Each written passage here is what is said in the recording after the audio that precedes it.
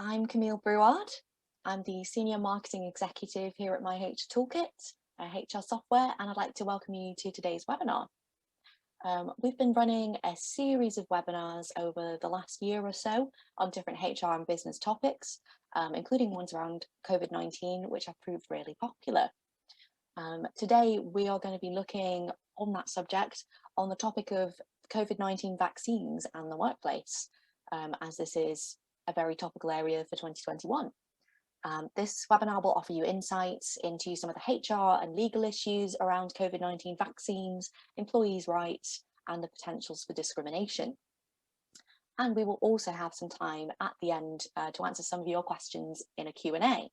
And just on that, on the Zoom menu, there is a Q&A option, a little box with speech bubbles there, and feel free to use the Q&A to ask questions throughout the webinar that we'll then address in the Q&A.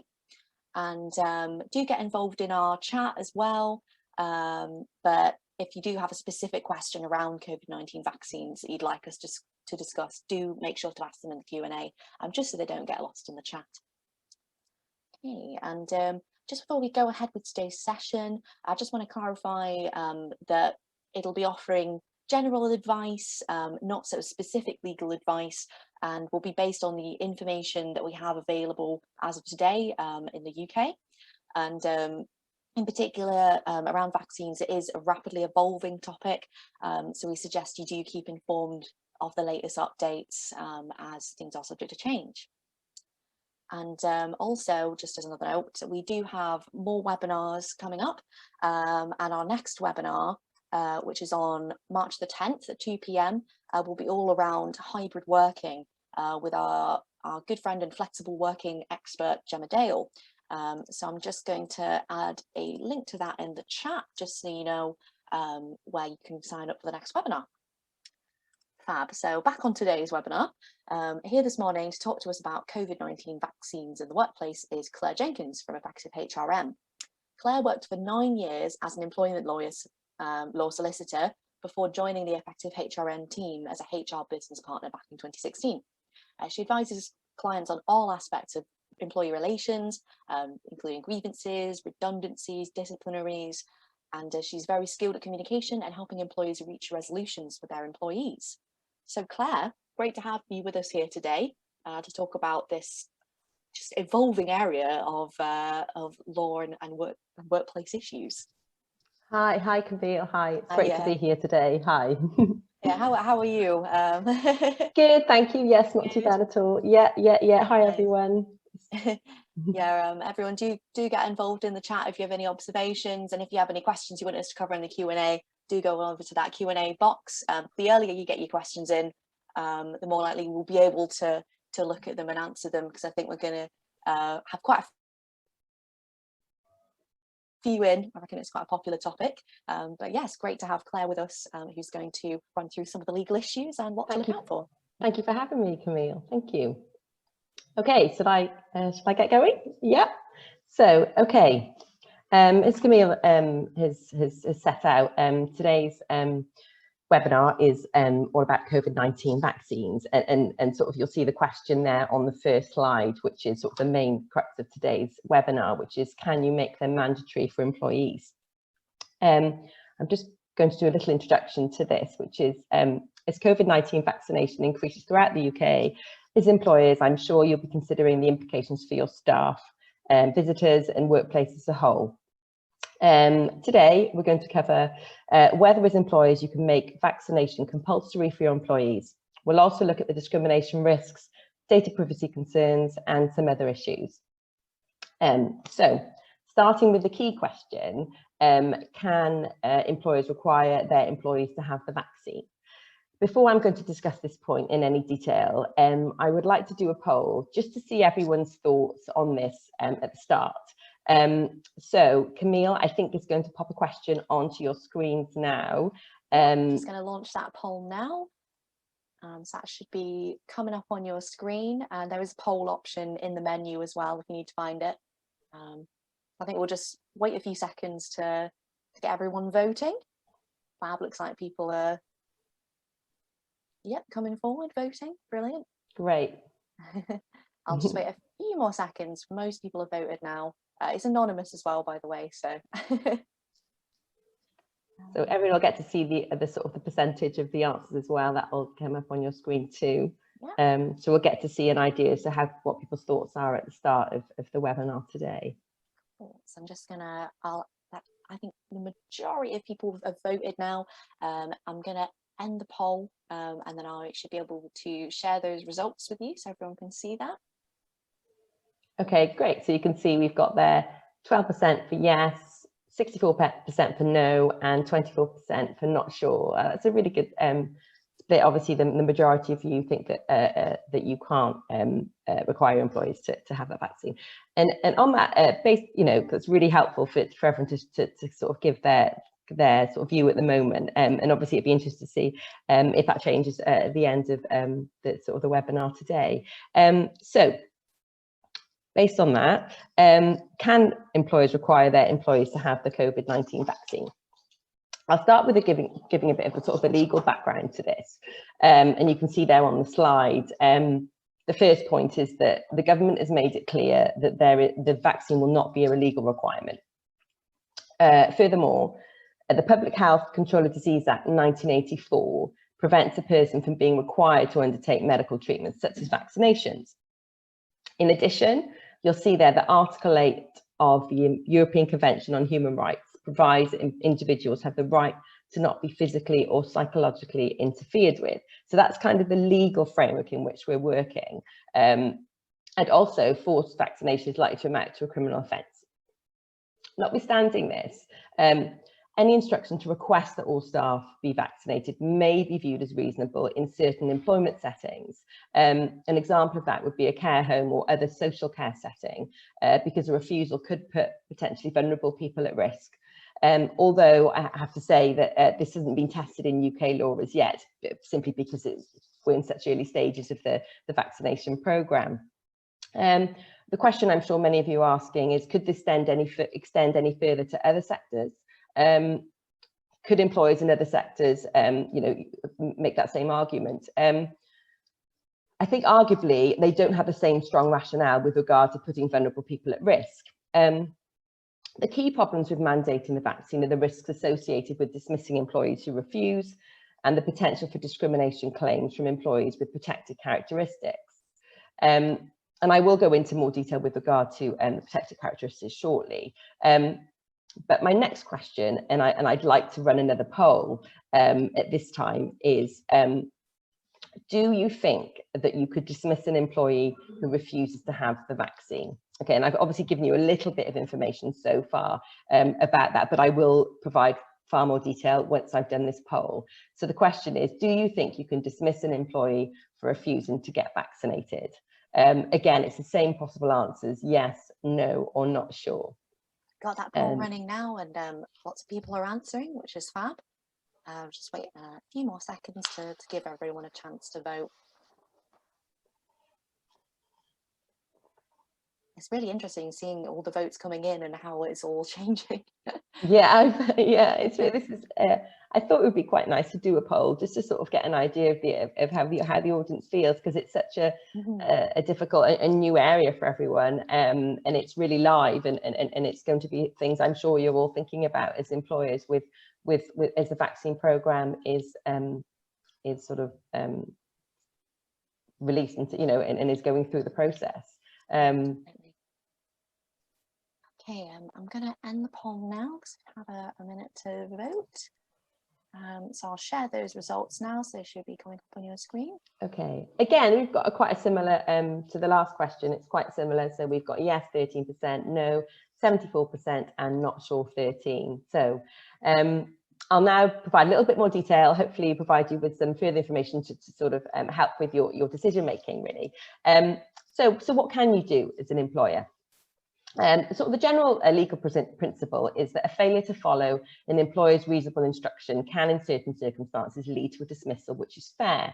An instruction to take the vaccine by an employer could be regarded as a reasonable instruction, but that will depend on the circumstances. And again, as I've mentioned, the social care example, a care home employer could well be able to rely on a refusal to seek vaccination to dismiss an employee based on the instruction itself being reasonable. Employers in other sectors, for example, professional services, where it has been shown that work can be done effectively from home, may be in a weaker position, and instruction to be vaccinated may not be deemed reasonable. However, even where the instruction to have the vaccine is reasonable, given an example of the social care setting, this would be considered on a case-by-case, the dismissal process would be considered on a case-by-case basis. Only an employee who unreasonably refused to be vaccinated could be fairly dismissed. And this would be taking into account the following.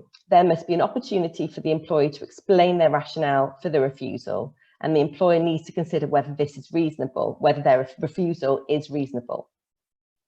The employer would also have to show that they gave consideration to other ways in which the employee could continue working safely without vaccination. For example, redeployment to another role or allowing the employee to work from home. In addition, I briefly mentioned about the possibility for discrimination claims. And the reason for that is if the employee's vaccination refusal is related to a protected characteristic, the employee may have a discrimination claim and other potential claims because their refusal is because of a protected characteristic, for example, a disability, age, sex, religion, and I will go into those in more detail shortly. So ultimately, each business is very different, and there will be relevant factors which will need to be considered to establish whether mandating vaccination is a reasonable instruction for a particular business. Advice should always be sought before taking any action that involve a detriment to your employees. Added to that, can any employee bring a claim for unfair dismissal? Generally, an employee with only 2 years service or more can bring a claim for unfair dismissal. So that's 2 years or more service can bring a claim for unfair dismissal. However, there are exceptions to this. For example, whistleblowing, health and safety, being pregnant or on maternity leave. There are some other examples as well. So again, it's imperative that employers always seek advice before considering taking action, because it's possible that they may not have 2 year service, but there may be a reason why they're able to bring the claim for unfair dismissal. But the general principle is, and general position is, that in most cases they need 2 years service or more. But it's always absolutely imperative that you seek advice before taking any action that could be a detriment to an employee. I briefly mentioned that there are a lot of discrimination risks around vaccination, and it's something I know that the government has mentioned as well with regard to the providing a vaccination certificate and things like that. So it's something that's really live at the moment, and it's something that really needs to be everyone needs to know about it. And the discrimination risk may arise as a result of compelling employees to take the vaccine or putting in place measures which are detrimental to those employees who have not taken the vaccine. For example, sort of measures could be not allowing an employee to return to site because they've not been vaccinated, or, for example, not paying sick pay to an employee who has refused a vaccine and then becomes ill with COVID-19. The most likely protected characteristics which would be asserted by employees are age, disability, sex, pregnancy and maternity, and religion and belief. I'll now discuss each protected characteristic in turn, and you can see there on the slide, I've listed those protected characteristics there. Taking age first, vaccine rollout in the UK is largely based on the age of the individual. Older workers in the main will be more likely to be offered the vaccine through the NHS first. Younger workers may therefore argue that they are being treated differently because they have not been able to have the vaccine yet. For example, if the employer implements a policy which allows only employees to return to work once they've had the vaccine, as you can see, that could potentially be indirectly discriminatory in relation to age, in relation to the younger employees who've not yet been able to have the vaccine. Moving on to the second protected characteristic, disability. There may be some individuals who have been advised not to have the vaccine due to a medical condition, while others may be allergic or have a fear of needles. These people could be protected by the disability provisions of the Equality Act if they were to refuse the vaccine. Moving on to sort of pregnancy or sex, that they come together. Currently, the government advice for pregnant women is that they should not be vaccinated unless they are at high risk.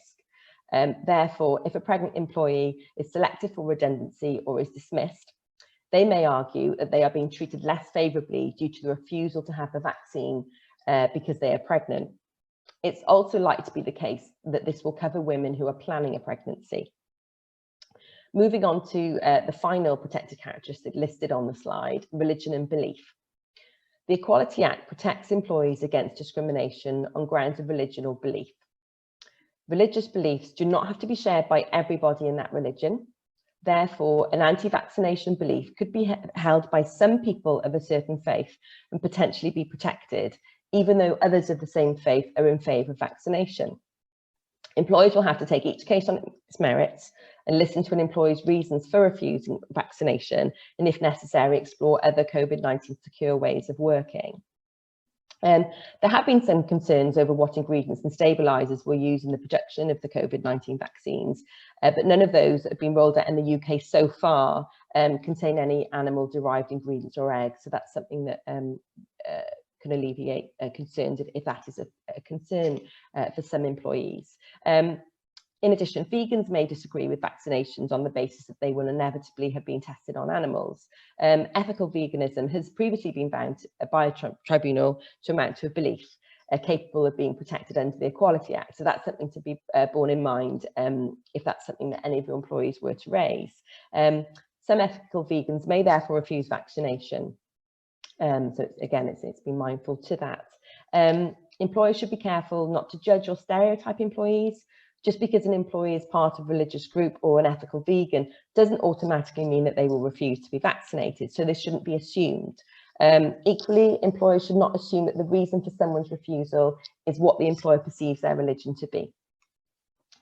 I'll now move on to the anti-vax movement, and the question being, can that attract protection under the Equality Act? Belief in this context means a philosophical belief that is generally held, that is cogent, serious, and applies to an important aspect of human life or behaviour. Furthermore, the belief must also be worthy of respect in a democratic society and not affect other people's fundamental rights. Whether the belief is protected is likely to depend on the facts. And then, unfortunately, this is something which is going to be the case, or the answer to a lot of the questions, it will depend on the particular facts of the case. For example, an employee who believes in natural medicine only could try and establish that this belief is genuinely held and worthy of respect. An employer could try and counter that argument and sort of say that an anti-vax belief is not a philosophical belief because there is an inadequately coherent belief system behind it. But there's clearly a risk that this type of belief could be protected, and therefore requiring an individual to act in contravention of their belief could be discrimination. So where an employee's refusal to get vaccinated is related to a protected characteristic, employers need to consider what steps to take. This will depend on their risk assessments and overall policy approach. For example, if the employer is operating a mandatory vaccination policy, it will need to consider whether any alternative measures could be used to meet their health and safety obligations. Alternative measures could be used, could include working from home arrangements or redeployment for those particular employees. And if an employee does subject the employee to disciplinary action, they would have to show that their action was objectively justified and why alternative health and safety measures were not appropriate. And this may be difficult to justify as proportionate. Okay, I would like to do one more final poll for the audience. And this poll is, how do you feel about, once people have had the vaccine, is this going to change your workplace COVID-19 protocols with regard to health and safety? Again, the same questions will apply. The same possible answers will apply: yes, no, or not sure. So once people in your workplace have been vaccinated, is it going to change your COVID-19 workplace protocols with regard to health and safety, or will they remain the same? Again, that's yes, no, or not sure. Yeah, that poll is currently running, and most people have voted now. So I'll just wait a few more seconds.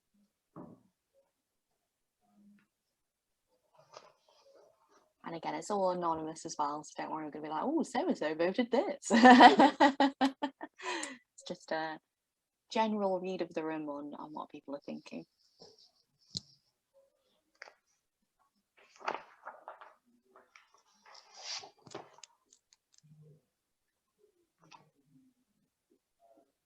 Okay, I think that's just about everyone who's wanting to vote, and so I'll just end that poll now and share those results. Okay, so we've got quite quite the differences aren't so stark as in the previous two polls, and again that's interesting. So I think that the main position, and this is my view on this, the vaccine isn't 100% effective. In addition, I've spoken about the fact that there will be populations of the workforce who cannot or will not be vaccinated. So I think at present, employers should be cautious about removing their other COVID secure measures in the workplace. At this stage, I think the vaccine should be considered as part of the COVID-19 risk assessment as a potential additional measure to control the risks associated with contracting the virus at work. I suspect that more advice from the government is likely to be forthcoming on this over the coming months with regard to the COVID measures and risk assessments and health and safety. But at this stage, I think, particularly given not everyone has been vaccinated, then certainly it shouldn't be considered to be a time to remove other COVID secure measures.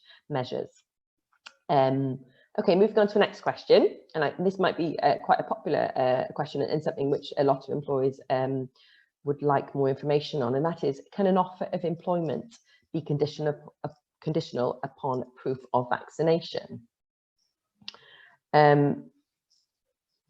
And this is potentially possible. However, such an approach is not without risk of numerous discrimination claims. And as I've said before, with regard to the possibility of dismissing employees, the real risk of discrimination claims. So my advice would be that employers considering this type of recruitment need to give very careful consideration to the potential discrimination risks. And if I give the example of the sort of the timing of the introduction of any such policy, if you were to introduce a policy now, for example, I've mentioned briefly that younger people generally haven't yet had the vaccine. So if you introduce a policy now, it could potentially be indirectly discriminatory in relation to younger employees who would be applying for a job but couldn't yet have the vaccine. Another example could be that a potential employee isn't able to have the vaccine for medical or belief reasons. And again, for that reason, they could be indirectly discriminated against because they've not yet been able to have the vaccine. And therefore, it's being really mindful to those potential risks of claims if you were to make an offer of employment that would be conditional upon proof of vaccination. Okay, another question, moving on to the next slide. Can you refuse to let an unvaccinated employee in the workplace? Again, this is going to be sort of a similar response really to the sort of previous questions. Very, very careful consideration needs to be given as to whether or not it's appropriate to those who've not been vaccinated from entering the workplace. Such an approach could again give rise to discrimination claims, as I've mentioned.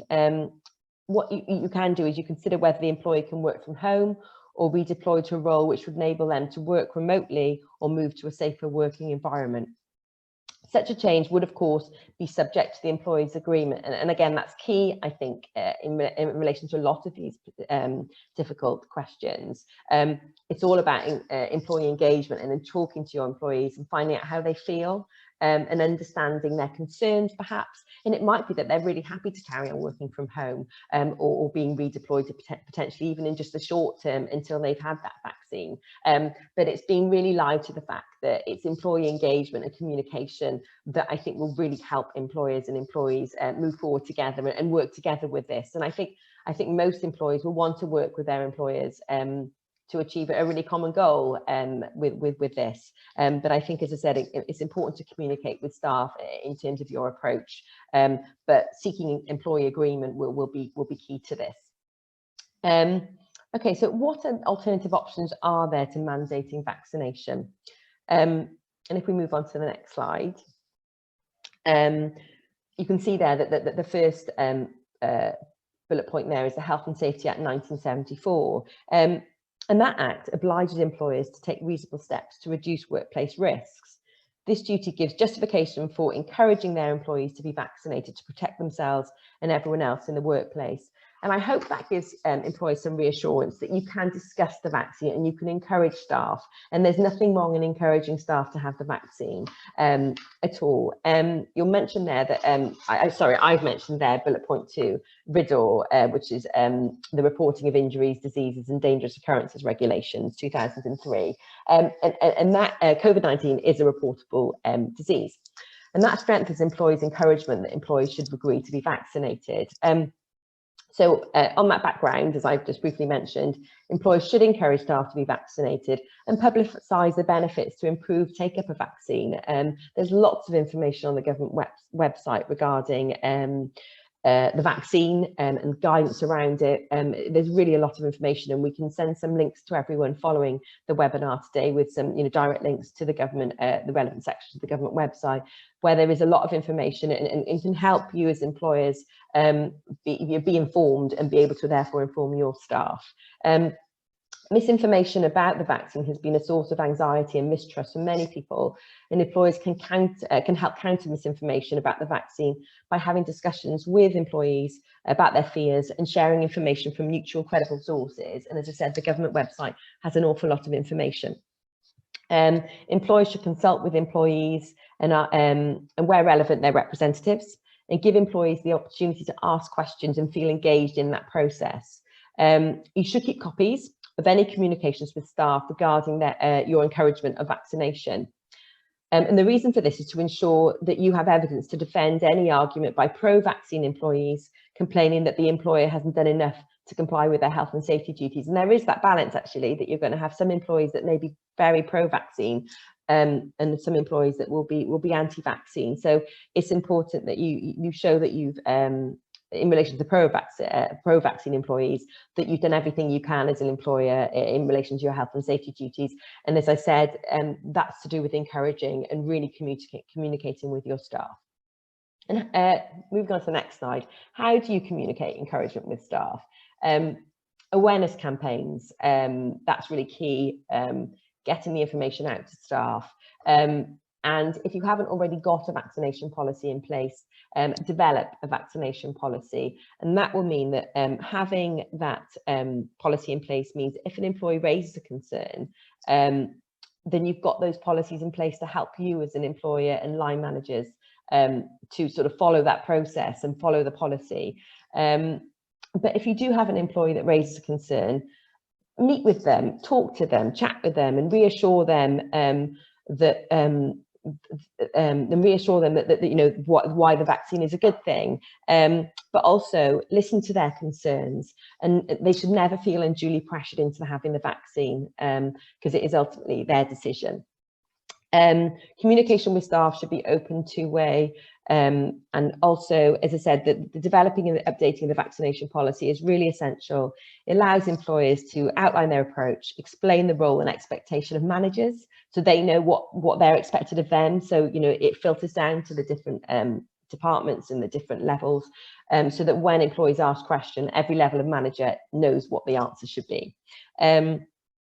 It also allows HR and the employees to know what they're meant to do as well if you've got that policy in place.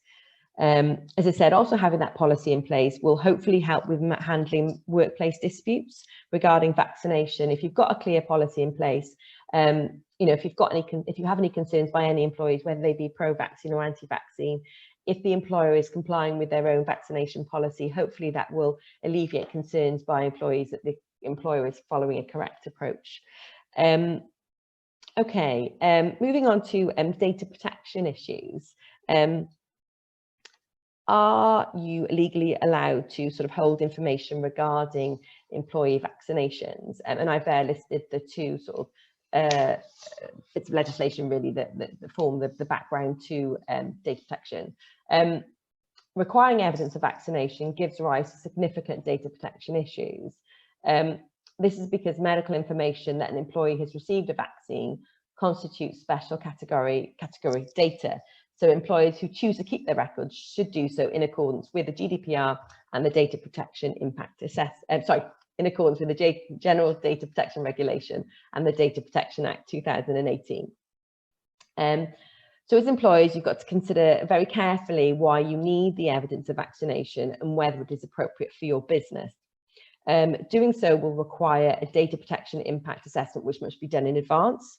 And that must consider not only the reasons why you require that data, but also issues such as how it will be held securely, who will have access to it, and whether it is appropriate to hold more than a simple no or yes. You know, has that employer had the vaccine, or has that employer not had the vaccine? If the particular employer does have a valid reason for processing data about their employee's vaccination status, you should only collect the amount of data necessary to achieve the purpose and keep it only for as long as is absolutely necessary. The employer should try to limit the number of people who have access to that information and ensure that those who do have access understand their obligations regarding confidentiality, and that the situation should always be kept under review. Employees should be kept fully informed as to why their employer needs to process information regarding vaccination status and how this information is being kept secure. Your employee privacy policy should always be reviewed and updated with regard to this. A question that a lot of you may have is, what happens if an employee objects to you storing data with regard to their vaccination status? Employees have the right to object to their employer processing personal data. That's a general position. If an employee were to raise an objection, the employer should discuss their concerns with them. Again, it's all about employee engagement and really finding out what the concern is. Consider carefully their views. The employer should ensure that the employee fully understands why the data is needed and reassure them that it will be held in confidence. If the employee still objects to you processing the data with regard to their vaccination status, the employer may have to weigh the employee's individual rights against the employer's interests in processing the employee's data. For example, an employer may be able to justify asking healthcare employees if they have been vaccinated, as they are much more likely to be exposed to COVID-19 and pass it on to others.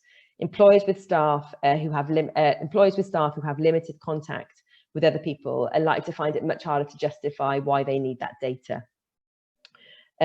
Employers should always seek advice before processing any data regarding vaccination status due to the difficulties I've mentioned with regard to whether or not you're really entitled to ask those questions. So it's really important that you always seek advice in this regard.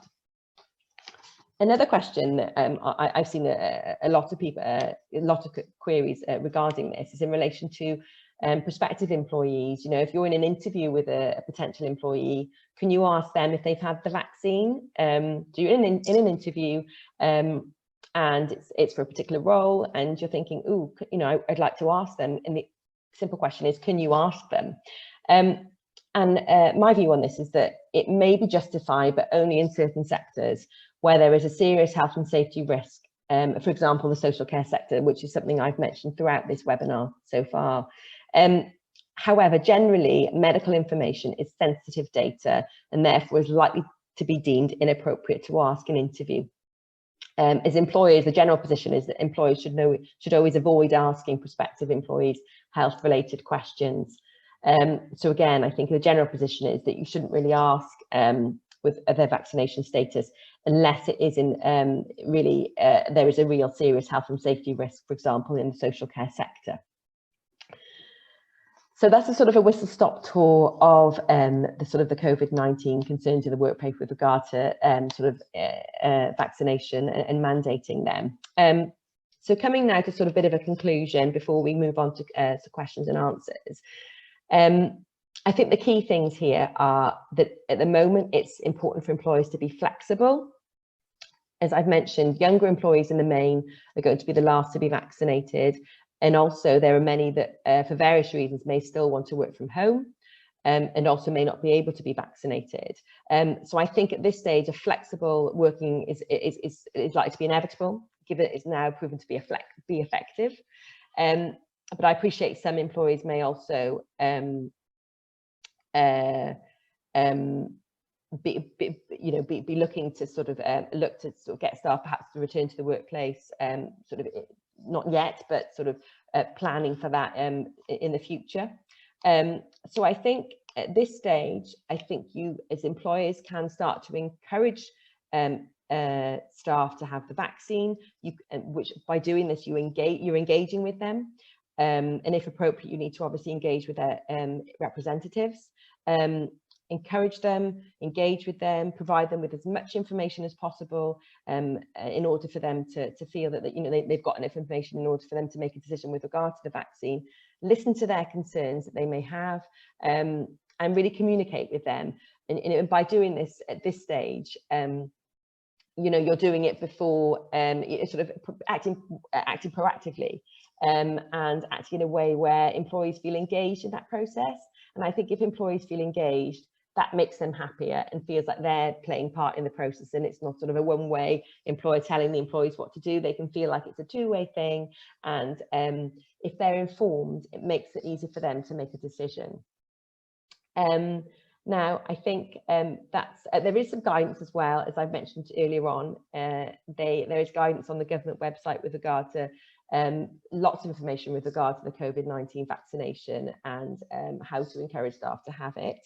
There's also information on the ACAS website, and again, we'll provide links to the ACAS website and the relevant sections within the website where you'll be able to get a lot more information with regard to COVID-19 vaccinations in the workplace. So hopefully that today's webinar has been helpful. We will move on to some Q&A section now. But as I said, thank you for coming today and for listening to me. But hopefully I'll be able to answer some of your questions now. And I'll just pass over to Camille, who will start sort of looking at the questions, and I'll do my best to answer them. Thank you so much, Claire. That's been really, really informative. I think we've had quite a few questions in, so we'll be running through some of those. Some will have been answered at a later stage in Claire's presentation. So there's a couple we've gotten back to already. Yeah, we've got some really interesting questions coming in. So thanks for everyone who's submitted those. We've had, as you mentioned, Claire, about the care sector being playing quite a major role in terms of how the vaccinations are working and sort of like looking after vulnerable clients and people who are shielding, and there's quite a lot of complexities around that. So I've been having a look at some of the questions we've received from people working in the care sector and related kind of roles. So we've had one in that we've had from Samantha. Sorry, someone in my house is printing something. If you can hear weird noises in the background. Samantha asks, we're a frontline employer working in supported housing with vulnerable refugees, and we can have the vaccine. As an employer, can we make it compulsory? So particularly within that care context for the vulnerable people. Well, I think so. I'm assuming there. So it's a social care sector, and there. I mean, it's said. I think potentially yes, but again, you'd have to seek specific advice in relation to that. But I think the general position is that the general view is that where you're in the social care sector and your staff are with people with that are considered vulnerable and at risk of contracting COVID-19, then there is a stronger argument that you could say that staff should be vaccinated. But again, the risk you've got is the discrimination risk, and that's across the board, whether you're in the social care sector or in another sector. There's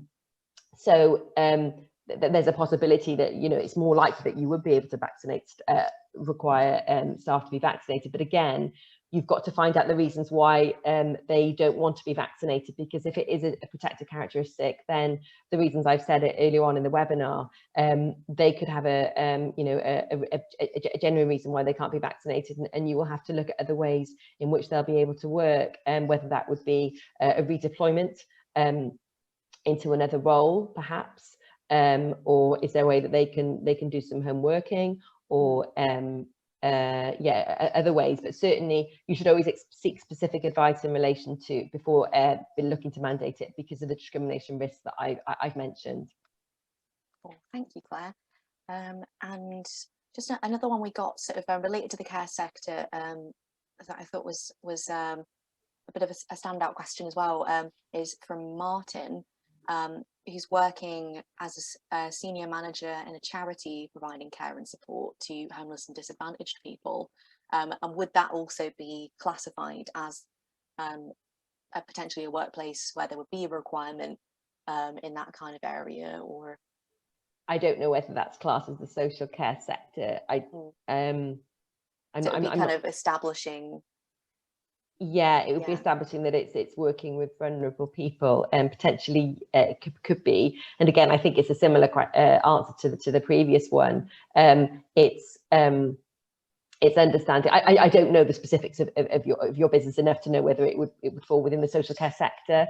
Martin, I think you said your name was. I'm not certain of the details. I'm happy if you following the webinar today, if you want to give a bit more detail, I can try and answer it more specifically. Martin, if you do want to send us a follow-up email, be happy to.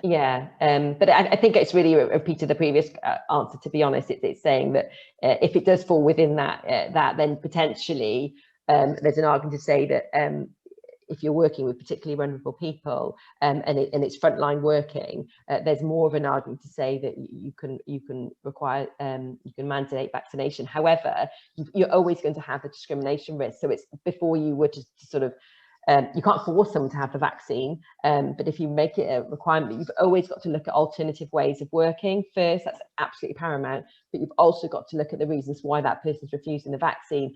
And it's been really, really, really cautious about doing anything further. And it's finding out the reasons why, listening to them, communicating with that member of staff, and you know, and if they really don't feel comfortable having it, and you've sought advice with regard to whether it's a protected characteristic, you've then got to look at other ways in which they could potentially work. And then again, it would be going back and seeking further advice from your you know, your HR provider, or from an employment lawyer. But certainly it's finding out the reasons why. That's key. And I think this is going to be something I'm going to be saying a lot. It's about communication and engagement with your staff, and really understanding their hesitations, that if they've got sort of hesitation to have the vaccine, why is that? And if you can give them any more information by getting the information to them from the government website, which hopefully would alleviate their concerns perhaps. But again, there are people that certainly can't have the vaccine if they're pregnant. They might have certain medical reasons, or again religious reasons, or the age they're younger. So again, it's being alive to those potential discrimination risks. So it's being really, really cautious at this stage, and I think that's going to be the case in relation to a lot of communication and caution, a key. Caution, yeah. But it's I guess you know, it's all about seeking advice in relation to each. In relation to each individual that you come across, or each employee that you come across that has hesitation with regard to the vaccine. Yeah, and I've actually I've got a related question to sort of seeking alternatives. Drummond has asked, if a member of staff refuses to be vaccinated, can we therefore ask them to wear full PPE for all their work on the basis that this is the only way in which we can feel confident that they're not a risk? Is that, do they say what sector they're in? I think also care sector. Care sector. I think that's one of the things that has been potentially that I've read upon, that you know, that would be an alternative to being about, if they don't wish to be vaccinated. It could be something you could certainly discuss with the employee, and they may well be happy to wear full PPE, as long as that complies with your health and safety requirements with regard to working with vulnerable people. So you probably need to seek advice on it from a health and safety perspective, that would be sufficient to comply with your requirements with regard to the risk of COVID-19. But certainly that's something that you could discuss with your employee, that you know, if that would be their agreement, and that complies with your obligations with regard to health and safety. But certainly I think it's engagement with your staff is key, and that, you know, making sure that you're complying with your health and safety obligations with regard to your vulnerable patients. Yeah. I've got a really interesting question in here from Clarice, who asks, how would you handle situations when an employee doesn't feel comfortable returning to work if not all of their colleagues have been vaccinated. So kind of the flip side to the issue. Yeah, that's something that that I thought would be something that employers would be concerned about potentially, because you're always going to have some that are sort of pro-vaccine and anti-vaccine in the workplace, and that's something. And I think again it's about communication, engagement, and perhaps looking at ways in which you can manage that. And actually, if you've already got good COVID measures in place in the workplace, those can continue, and perhaps you continue with obviously social distancing, having screens between desks, with masks potentially. But it's all you can do is try and reassure people that you will have in place the other COVID measures that I've mentioned, and those should remain in place in any event, as they were before the COVID vaccine was starting to be rolled out. And I think it's again about employee engagement and trying to reassure their concerns. And if they still don't feel comfortable, are you able to allow them to continue working from home until everyone has been vaccinated? And as again, I think it's about flexibility, isn't it, with employees, and understanding that there are people that have different views on the vaccine and on COVID-19 generally, and concerns. Different people have different levels of concern. That some people are quite anxious about getting back into the workplace and the relaxation of the rules with regard to sort of the lockdown and the easing of the lockdown. People feel very differently, and I think it's actually respecting employees' different views, and engaging with staff, and hopefully trying to get people, discussing it with all staff and explaining to staff that some employees may feel more cautious about returning to the workplace than others. And I think if you've got employees that are particularly cautious and concerned, perhaps allow them to continue working from home for that bit longer, until they feel more comfortable. And I think it's going to take time for people to start. It's been almost a year since people have been able to just sort of walk around, and I think huge shift, and I think it's going to take a lot of time, particularly for certain people that perhaps have been more anxious throughout the lockdowns, for feeling comfortable in returning. So again, it's about employee engagement and discussing it, and perhaps if they continue working from home, or you can increase the other COVID-19 measures in the workplace to reassure them, then that would be key. But it's trying to reassure staff that you're doing everything you can and complying with your health and safety obligations in any event, even without the COVID-19 vaccine, that you're meeting your obligations. We've had some really interesting questions in today. Thanks everyone for sending them in. And sorry if we can't answer all of them, but I've been trying to sort of get general topics going. We've had another one in from Roni, who asks, if we take the position to be a pro-vaccine employer, do we open ourselves up to any litigation if someone has an adverse reaction after being vaccinated? I think all you can do as an employer is encourage staff. I think that's as far as you should probably go anyway. Not a mandatory level kind of thing. So it's kind of saying like, we encourage it, but an encouragement of the vaccination is actually the government are encouraging vaccination, and the sort of the links that we'll share on through the government website talk about the encouragement of vaccination, how it's protecting you and protecting others. So I don't think encouraging vaccination is doing anything wrong, and you're not going to be, I don't think, at risk of litigation by encouraging staff. But that's as far as you should go as an employer. And another question we've got in from Debbie, which you did sort of cover some stuff around pregnancy, but because this can also be quite a complex area, it's a good question coming in. And Debbie says, if an employee has refused the vaccine because they're trying to get pregnant, would they be covered under the pregnancy protected characteristic or not, unless they're actually pregnant? Very good question. So if they're planning a pregnancy, they wouldn't be protected by the pregnancy legislation, but they would probably be protected by the sex. So effectively, you've got the protected characteristics. You've got pregnancy and maternity, but you've also got the protected characteristic of sex. And obviously, women can only get pregnant. So if you have someone that's planning a pregnancy, potentially they could be indirectly discriminated against on grounds of their sex because they're trying to get pregnant, even if they're not yet pregnant. So I think there may be some women that will be equally cautious about getting the vaccine if they're planning a pregnancy as if they were already pregnant. So I think there is an equal risk in relation to women who are planning a pregnancy as if they're already pregnant. So I think that would, that's my view, that it would apply equally to women who are planning a pregnancy. Yeah, thank you. And Anonymous asks, fear of needles can't possibly be a disability, can it? Potentially, yes. If they've got a genuine real fear, yes. Yeah, because phobias are medically diagnosed. Yeah. So yeah, it could be, obviously seek advice, but certainly in relation to the specifics of them, but certainly yes, it could potentially be a disability. Okay. And we've got another interesting one that came in, is particularly around the care sector, but this could apply to other areas as well. Dean asks, we're a social care agency with clinically vulnerable clients. If a personal assistant refuses the vaccine, but the client refuses to have personal assistants who are not vaccinated in their home, where do we stand as an employer? Oh, that's a tricky just one. quite a standoff situation, isn't it? Yeah, that's a real tricky one.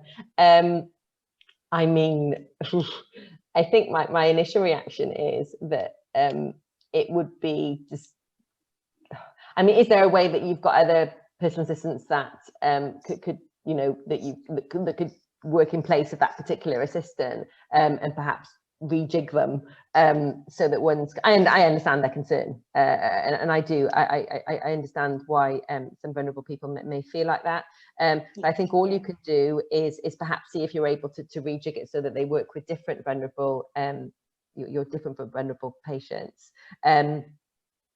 Beyond that, I'm not really sure how you could do it.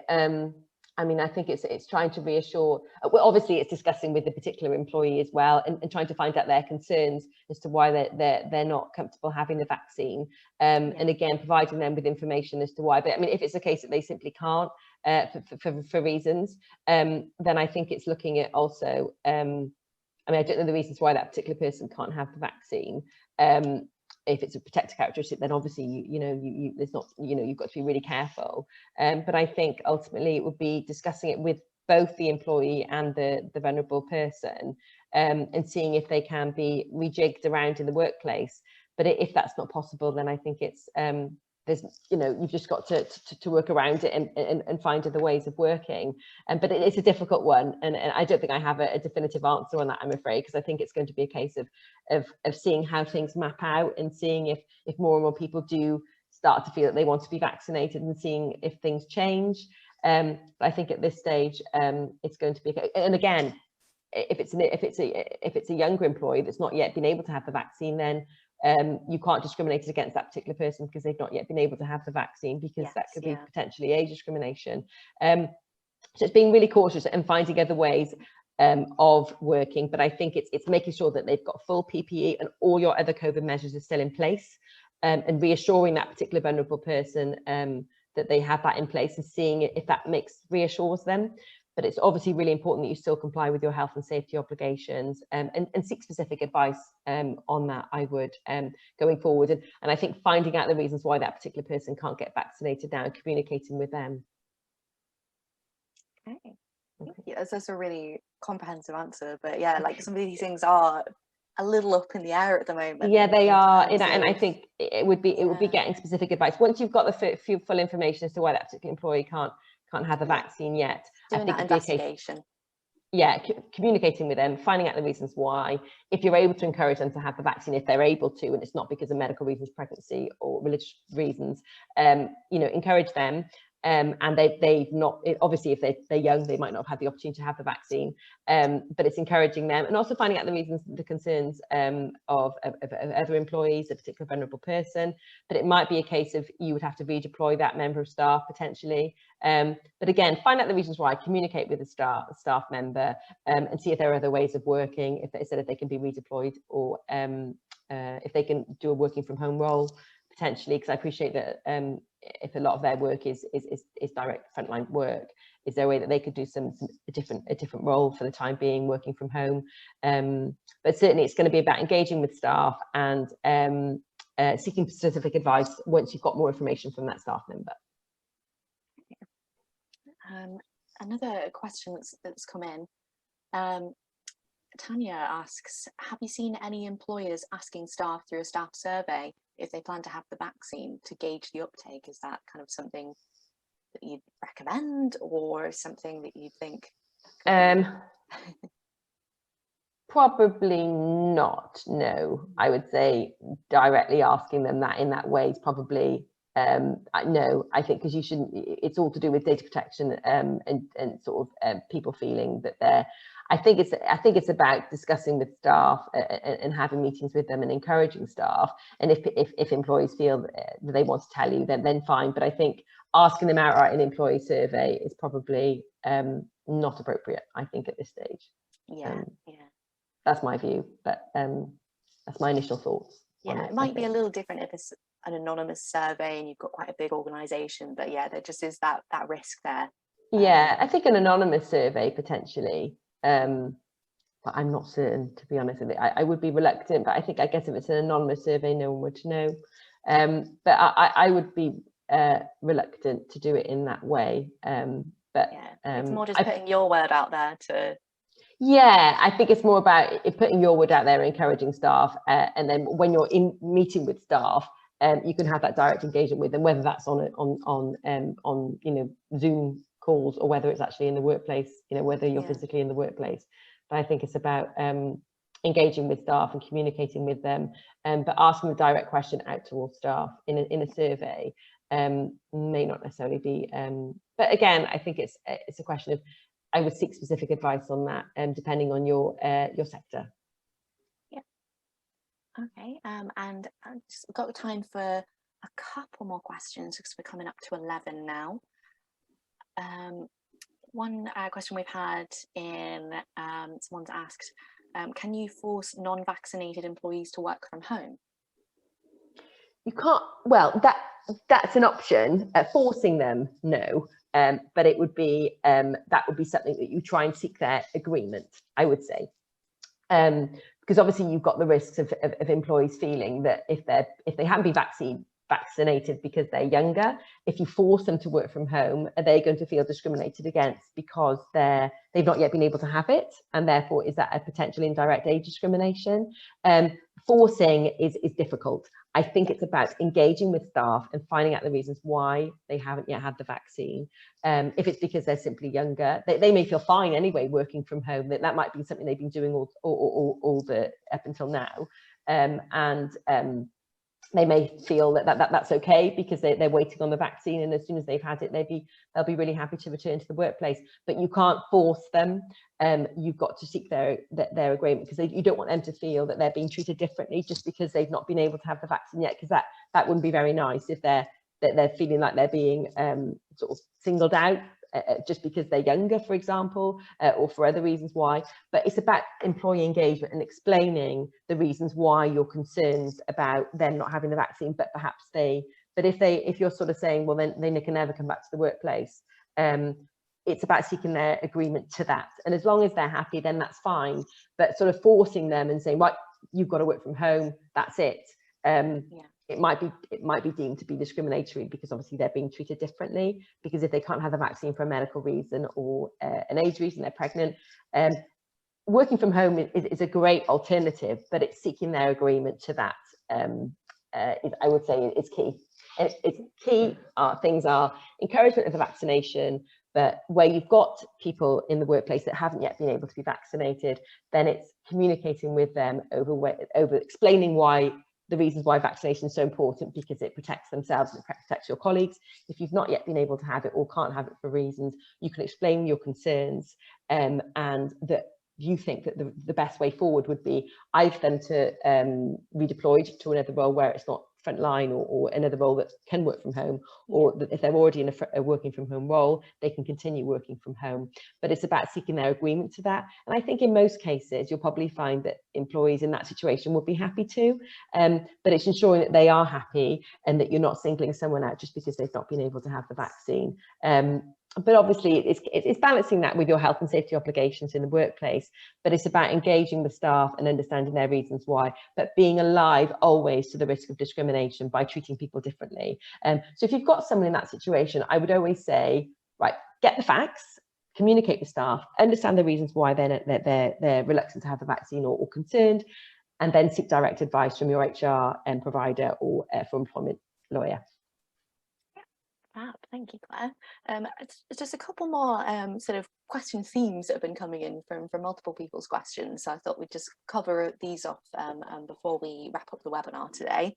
I've had a few people asking about vaccination policies and having like specific policies in place. So we've had an interesting question coming in about vaccination policy not actually being very popular in organizations, because it is kind of that, again, that minefield of like, how do you make it encouraging without making it seem like you have to have one? Well, I mean, a vaccination policy isn't a policy that says you have to be vaccinated. A policy would be, it would sort of set up the things about encouraging staff to be vaccinated, and setting out kind of what line managers' responsibilities would be, which would be providing the benefits, setting out what would happen if employees have concerns, and sort of what that process would be with regard to holding meetings with staff, holding meetings with individual people, just setting out that, you know, this particular company encourages staff to be vaccinated, and we'll provide staff with information regarding that. If any employer has any concern, this is what we'll do. So the policy isn't there to say that vaccination is mandatory. That's not what I mean by a policy. It's more about the vaccination policy would set out that, as I said, that this particular employer encourages vaccinations and the reasons why, and you can set out the benefits of that in the policy, and what will you do if people have concerns. And it would be about employee engagement and encouraging the vaccine, but also communicating with staff and listening to their concerns. So the policy isn't there to say that it's mandatory.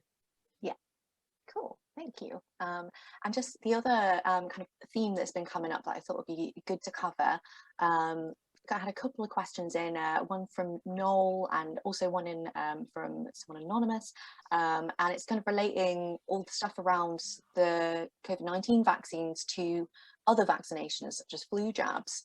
And of course, with the coronavirus pandemic, things have been a bit more urgent, and it's had more of an effect. But in terms of informing sort of approaches towards other cases of vaccination and sort of flu jabs, etc., and how that kind of works moving forward, do you think this has any sort of legal implications for other types of vaccines as well? Sorry, I'm really sorry. I'm not sure I quite understand the question. Sorry. No worries. Yeah, just like someone's asked, for example, there haven't been concerns about whether or not someone has had various jabs in the past. Appreciating COVID is a pandemic, so are COVID vaccination issues any different to other jabs moving forward? And we had one in from Noel as well. He's basically said, why have this discussion now when it's not been thought of in the past for annual flu vaccinations? I guess with COVID, it is just more contentious, right? I guess the side effects of COVID-19, if someone were to have flu, this is my view, someone were to have flu, it's unlikely that you're going to have obviously you've got the risk of long COVID, you've got the risk of I presume it's got a higher risk of people, unfortunately, dying as a result of COVID. When you know, flu vaccine is not, it's not. Flu vaccine is only a sort of not requirement, but people over the age of I think it's 60 or 65 or something are encouraged to have the vaccine, and young children up to the age of 5, I think, are meant to have, are encouraged to have the vaccine, because for the general public, flu is you feel ill for a week perhaps. But you're not at risk of hospitalisation and so much long-term side effects. But I think with the COVID-19, because it's a global pandemic, flu isn't a pandemic. I think that's probably why the difference is, and obviously the government is doing everything they can to vaccinate everyone to reduce the impact on the NHS. And obviously the awful death toll that we've had as a result of COVID-19, but you haven't had that with flu, because our bodies are able to deal with the flu if you were to get it. And I think that's probably why it's being treated differently to vaccination, and why you've got that encouragement of COVID-19 vaccination moreover than flu, because the side effects are are, you know, of contracting flu. You may be poorly for a week to 2 weeks, but COVID-19 can have that, and particularly for vulnerable people, and the risk, unfortunately, of being very, very poorly, or you know, it being deathly, unfortunately. I think just from my personal viewpoint, I've had flu jabs quite a lot in the past because I'm asthmatic. So it's just a good thing for me to avoid having flu if I can. Yeah, of course. And you know, my current workplace at Toolkit, for example, they cover flu jabs. And, you know, again, it's not saying you have to have a flu jab, but, you know, if you want to get a flu jab, same as if you know, we encourage you to go get an eye test and different health things, and like we will cover that. And obviously different with the COVID-19 jabs. But yeah, it is just about having that culture really as well. And I do wonder if with the pandemic, we'll all be a little more informed in terms of hygiene in general, and sort of like health protection as well. Absolutely. So I think that's got some interesting implications. But you're right about the flu jab. I mean, you know, a lot of employers do offer it privately, and that's a good thing. And, you know, obviously at the moment, the COVID-19 vaccine isn't something that can be offered privately. It's only through the NHS. Going forward in years to come, it's possible that that's something that may be something that would be offered privately, but certainly as it currently stands, the government have made it clear that it absolutely is only going to be offered through the NHS. But certainly, I think that, you know, as you said, the flu vaccine is something that is offered by many employees, and that's brilliant. But I think obviously COVID-19 at the moment is being treated as it's a pandemic, and therefore the government is really encouraging people to have it, and that's why it's being treated differently, I think. Cool. Claire, would you be up for one more question theme? Okay, I've just had a few questions come in. And we do still have quite a lot, so I'm really sorry if we've not been able to answer everyone's questions today, but again, do follow up. You should have my email details through the registration email, so if you do want to send something on, and then we can get back to you after the webinar. But just seeming as we've still got quite a few people on as well, everyone's really keen, which is fantastic. It's really great to have you all here. Absolutely. Yes. And another theme that's kind of come up that I thought would be great to cover just before we round up is about travel, which kind of introduces a whole new area. Sorry, Claire, I'm really grilling you today. No. Travel, I think travel's a really complicated one. We've had a few questions in, so I'll just kind of do a bit of a summary as well as I may. Tori has asked, what are your thoughts on vaccine passports if you have staff that travel? We've had another question in about mandatory vaccination for employees who travel due to business. And then also Liz has asked if they have staff that travel for business and they decline the vaccine, and then they do get sick with COVID, are they protected as a business from sort of litigation from that?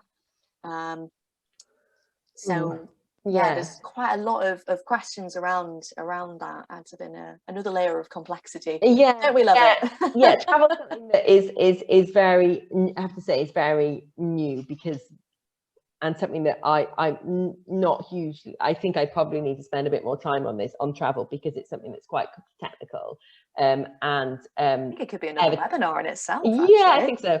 Ever changing, because of the nature of the fact that we're sort of starting to come out, well, you know, hopefully easing of lockdowns and travel, but also different countries are doing things differently, and certain countries we're not allowed to travel to and aren't allowed to travel to. So I think it's all very technical at the moment, but I'm happy. I think for those, if that's okay, I'll have a little look into those questions specifically. Is that okay? I'm not so clear. I think generally the answer is it depends on the reasons why they can't have the vaccine, and again the risk around discrimination. That's the same reason really, but I don't necessarily think that whether you'd have the same argument as but I mean, obviously there are certain countries that you really need an employee to go to that require to be vaccinated, that would be a strong reason. But I think probably we would need to look at the specifics of the reasons why they can't have the vaccine as well. But I'll have a look at those specific questions and provide you with some specific information, if that's okay, once I've had a chance to look at it again, because travel is something which is a whole, it wasn't really something that I was going to cover specifically today, just because I think it is almost a separate, it's a big topic in itself. Particularly because of the changes. Want us to do a follow-up webinar, let us know. So, but I'll have a look at those particular questions if that's okay, and I'll provide a little bit of information on that. But it's something that is a bit of a minefield as well at the moment because of the ever-changing thoughts on vaccine passports and different countries as well. So the potential for discrimination around the passports and everything. Absolutely, yeah. And that's something that has been mentioned actually with regard to the vaccine passport. So again, I think that's something to be really mindful of the discrimination risks. But I'll have a little look into those particular questions if that's okay. Sorry. No worries. Honestly, it's better than saying probably this than you know, isn't it? Yeah. Especially because everything is quite up in the air at the moment and changing. Particularly with passports and foreign travel. So I'll have another little look into that, and I'll come back to you on that one. Okay, fab. I think that's all the questions we have time for. We have still got a few, so I really apologise and we've not answered everything in the session, but I mean, I was expecting it to be quite lively in the Q&A, so hopefully we answered as many as we could. Anybody who wants to send any follow-up questions, do let us know. But I think we'll wrap up now. We've got our next webinar coming up, just as a reminder. So I'll just add that link in the chat again, if you want to come along to a webinar all about hybrid working and whether that's a potential model for your business going forward, or it's something you want to learn more about. This will definitely be the webinar for you. I'll just pop that in. But yes, as for today, thank you so much, Claire. That's been really informative. My pleasure. Really great discussion as well. If everyone could join us in the chat saying thanks to Claire, maybe giving us a bit of feedback on what you found interesting, and that would be fantastic. Yeah, thanks for all your engagement as well. It's great, and you know, answering the polls and things. It really helps me to kind of understand, you know, your views, and obviously the questions. I'm really grateful for you, for being engaged in the process, and thanks for listening. Yeah, thank you everyone for your participation and your questions, and lots of people are saying thanks in the chat as well. Thank you, Debbie, Tanya, Jane, Julia, Claire, lots of people. Another Claire. Oh, hi. Miguel. Cool. So I'll wrap things up now. I'll leave the webinar open for a few minutes just so you can get to that registration link or anything else you're wanting to kind of look back on. But yeah, for now, I think I'll wrap things up. So thank you very much, everybody. Yeah, thanks everyone. Cheers. Take care. Bye.